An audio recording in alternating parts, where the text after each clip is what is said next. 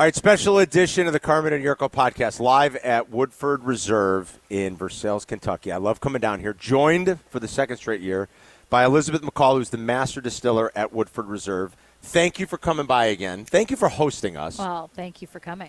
No, like, you guys really roll out the red carpet for us. It's incredible. The tour was amazing. The tasting was amazing. Our listeners and our partners loved it. I got to say, I was watching the Derby coverage it was just over a week ago. Yeah.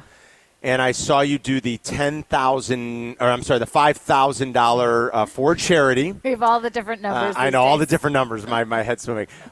Plus, we were drinking a little bourbon. No, you did the $5,000 old fashioned that you were making on NBC's coverage. I got to say, your hat was fantastic. Thank you. My hat stole the show. I mean, I also may have ricocheted off of a few like buildings as I was walking through things. It's like, da-doom. But it's fine.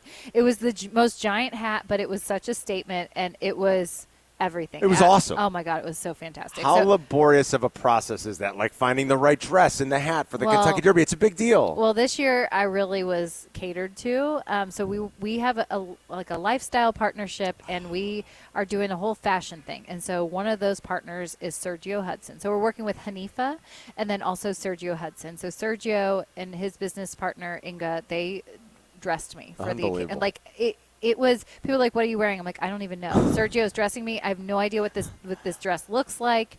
So went up to New York in March. They fitted me and then went back, had to go back up. I received the dress and it was a little big, so we had to go back up, and I went and got it fitted, and it was the coolest thing. It was custom made for me, but it was a flavor, and he made the hat too. So Sergio made the hat.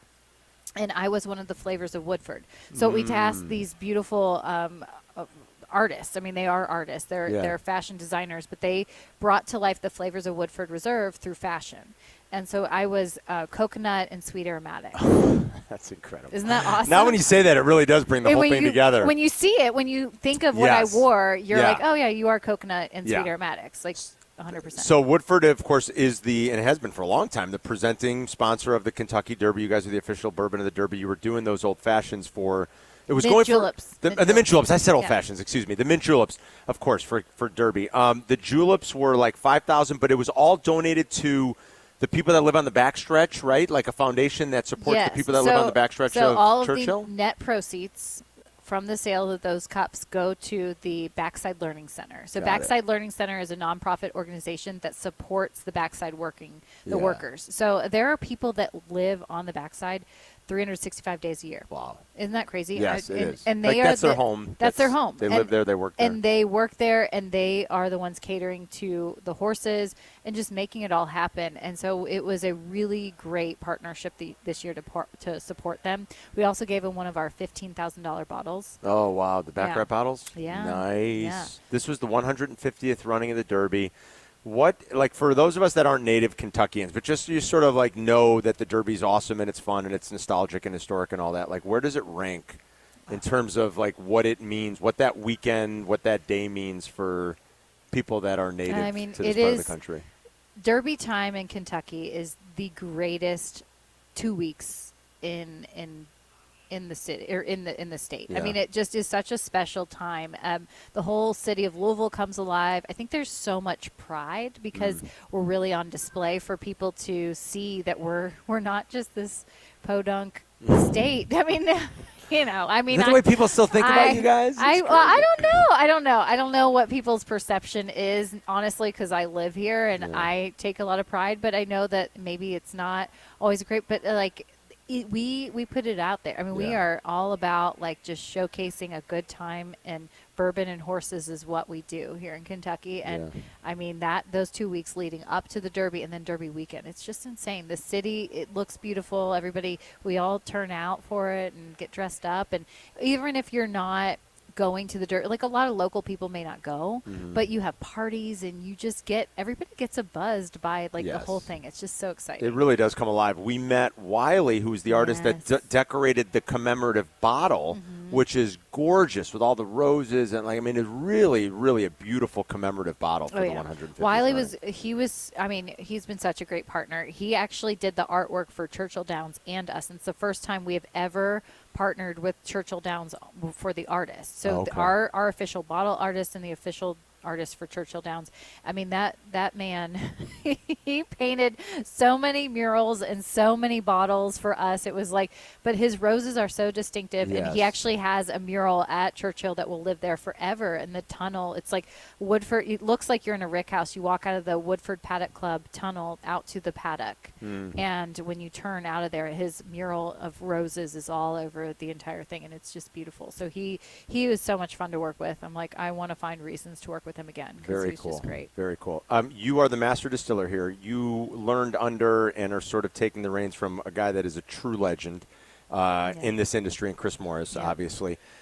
The history of this place is always fascinating, and you were telling us on the tour about the Pepper family distilling here going back to the early 19th century. It's incredible. And, when you are in the position you're in, where you've got this sort of very iconic brand, and you guys are very much always trying to remember the history of this place, the history of bourbon, but there's a lot of innovation that's happening, right? Like a lot, because in a very great way for those of us that love whiskey and especially love bourbon, it's blown up beyond belief, probably beyond our wildest dreams. So how do you, in your role now, how do you have to sort of blend those two things? We got to keep it somewhat craft, small, historic to what our roots have always been, while we still innovate and do new and creative things. It's true. I mean, it is always a balance between the two, and everything is done with great intentionality with Woodford, because we don't just want to follow whatever the latest trend is in whiskey. I mean, you could look at what are consumers doing and follow that, but we always have to remind ourselves, does it make sense for this brand, and what does Woodford stand for? And I think that that's important for any brand. I mean, you have to really understand who you are and what your consumers look for, and who you are as a brand. I mean, you have your values. And so for us, when we're thinking about innovation, it's always about flavor. And how are we going to express as much flavor as we can in a natural way that you would in the whiskey making process? So whether that's in finishing, and we have our whole philosophy on finishing. We're not just going to use random barrels to be like, that could be fun. We want to enhance flavors that are in our whiskey, not add.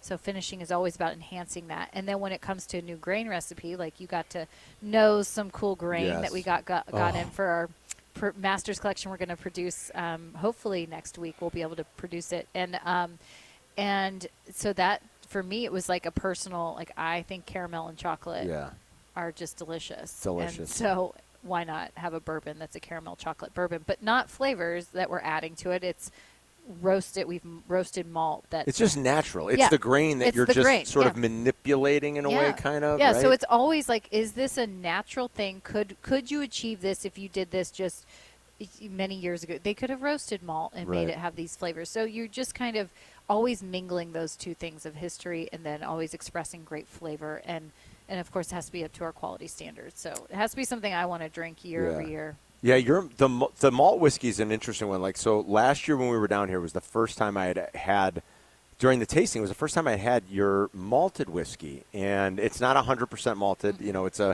You guys seem to very much keep in the tradition of the way the Kentucky rye. It's not 95% rye. It's just over 51%. It's that very traditional Kentucky rye. And the malt was interesting because of that, too, I felt like. And I hadn't had it until last year. I bought a bottle in the visitor center before we went back. I've since bought another bottle.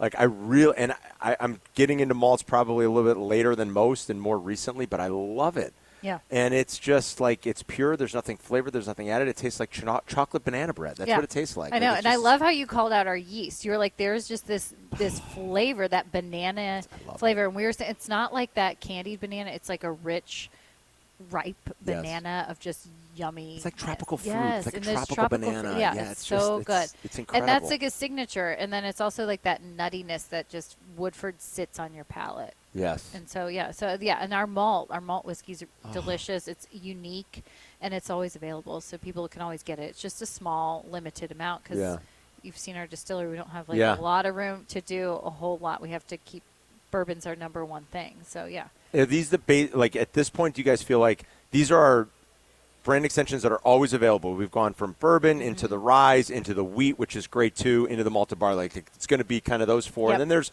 fun, different collaborative stuff, and there's Masters Collection, all that fun stuff that you guys do. But those are the basic four that you're committed to, and Yeah. we're always going to have those. Exactly. So those will stay because people have asked me like, oh, now that you're Master Distiller, are you going to change those? No, those are our core expressions. They are going to stay as they are. I will not change that.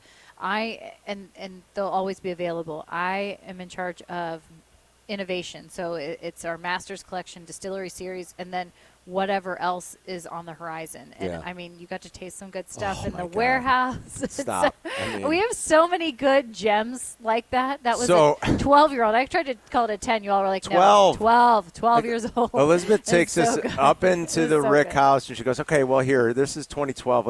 And I'm like, are you really drilling into a 12-year-old Woodford that's just we're going to taste barrel strength right now? Yeah. And It we was didn't everything. measure the exact alcohol by volume of that, but I'll trust your palate, and mine's okay. And I'm like, this has got a lot of alcohol, and you were like, this Yeah. is probably somewhere in the 150-ish. Yeah. And it was incredible, but Well, the mouthfeel of it was incredible. It's so good. And the thing is, like, that was the barrel that I drilled, well, same kind of lot of barrels that I drilled into a few years ago and, like, had to double check it, like, triple check the proof because it was 157.4 or something God. insanely high. And we entered, that distillate went into that barrel at 110 proof. So over that time, I mean, just so much. The Angels took a lot Incredible. of their share, but it concentrated so much of that flavor. It was delicious. Incredible. But so like that's my world that I live in now, and what I'm kind of taking from Chris is his way of innovating. He's taught me that's my foundation, but then I feel like there's a huge tolerance with our whiskey consumers to do weird things or have like very limited releases, and we have Yeah. too many beautiful gems of whiskey where it's like an odd number of barrels that isn't going to meet our standard demand of this many cases. So where do we put that? How do we release it? I mean, so we're opening up our world with Woodford to have these like cooler, smaller releases. A lot of possibilities when you put it I that know, way. Like, I because you're know. not going to get rid of good whiskey. Like, we're No. going to do something with it And that people can enjoy. Exactly. And so in years past, the way that you would handle that is like you can blend, that is as a standard of identity, that's a bourbon. So Right. you could blend that off into a standard batch of Woodford Reserve, and there you go. Yeah. But there's too much opportunity out there to let that go to waste. Yeah. And I don't want it to just be blended into something to meet a case volume.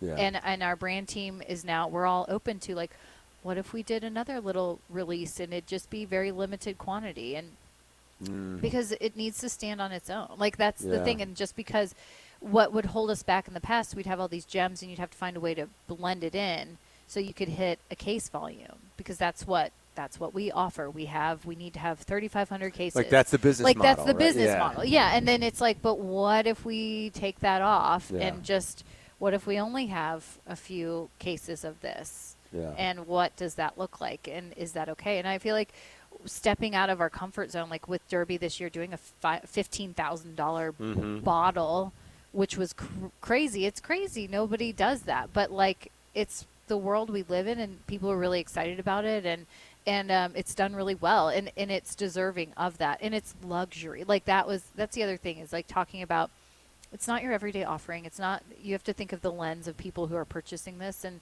it also is something like, I don't want to play in the space of doing something that's limited just to be limited and doing it intentionally. Like this is stuff that is leftover, or it's stuff that we were like, let it age, but there was no intentionality behind Right. it to be like very limited to drive up a cost or play that game. Yeah, this It's is just like a good these consequence gems. or like something. it's like, yeah, it's Yeah. very circumstantial. Yeah. And there are these gems where you're like, Yeah. this whiskey's too good to just Yeah. like blend it off. Because Absolutely. that would be what we do with it in the Right. past. And now I'm like, no, let's isolate and do something. That's cool. awesome. But last thing before I let you go, like when you talk about the history of this place, and it really is incredible. Like, I mean, you could go back to early 1800s, and there had been distilleries in various forms that had been operating on this property for so long. And then, like a lot of things, just because of the way the industry changed out of Prohibition and through the 60s and 70s and 80s, distillery operations ceased to exist. But you talked about it was still being farming was happening here, and it was still alive, it was still active. And then when the Brown-Forman family said, well, what can we do with this? And that they and who was it? Which Brown-Forman? It was member? Owsley Brown the Owsley second. Brown II. Like it's kind of amazing that in the late 80s, early 90s, he sort of had the vision maybe to know that God. like something's going to bring it back, and we can help bring it back. Yep. And the craft term I know not everybody loves that term. know. I get it, but like But it's bringing it back, but it was boutique. Boutique, like, that I was guess the maybe, word. yeah, that maybe was that's the the word. That Like, was like boutique whiskeys. Yeah. And just trying this was to, one of the first. But really what he cared about most was to celebrate bourbon heritage of Kentucky. Like Yeah. that was like when you walked in, and this was before my time, but when you walked into the visitor center, it wasn't about a brand. It was about why is bourbon the best? Why is the best bourbon in the world come from Kentucky? Yeah. And they talked about our water, the limestone shelf. I mean, it was more about Kentucky. It was about Kentucky, and then why Kentucky's best for bourbon. There was no brand really mentioned. It's crazy. And so that was the purpose, and to be home of boutique small whiskeys because we're a small distillery, and then it just sort of the Woodford took off. Yeah. And now it's the home of Woodford Reserve. It's just kind of crazy, but for him to have that vision back then and to take that risk was. Yeah. But he's also the man who brought Jack Daniel's to the world. Was like, this brand should be a world loved, and now Jack Daniel's is one of the biggest whiskeys in the world. Absolutely. I mean, he was a visionary. I never had the opportunity to meet him, but I've met his son. He's on a board with me, and he is a visionary too. Like, just so many ideas, and I can see where that charisma and excitement comes from. So we're very lucky that Owsley existed and created this, and I think he'd be very proud today if he saw it. I think so too. It's incredible. The new visitor center and everything you guys have done, it's amazing. Your whiskey is great. It continues to be great. So keep it up, and honestly, thank you for always treating us with such great hospitality. Well, so we love having you. we love but coming down here. I don't want to Did forget. you bring me another special gift? This is like the new thing. Like, it was like, oh, we got to surprise him and do I got something. Some double every Oak. time. Oh my God! Come on, you guys. Yeah. This Stop one's it. so good. Oh, stop okay, it. I love. So this was one. This was like.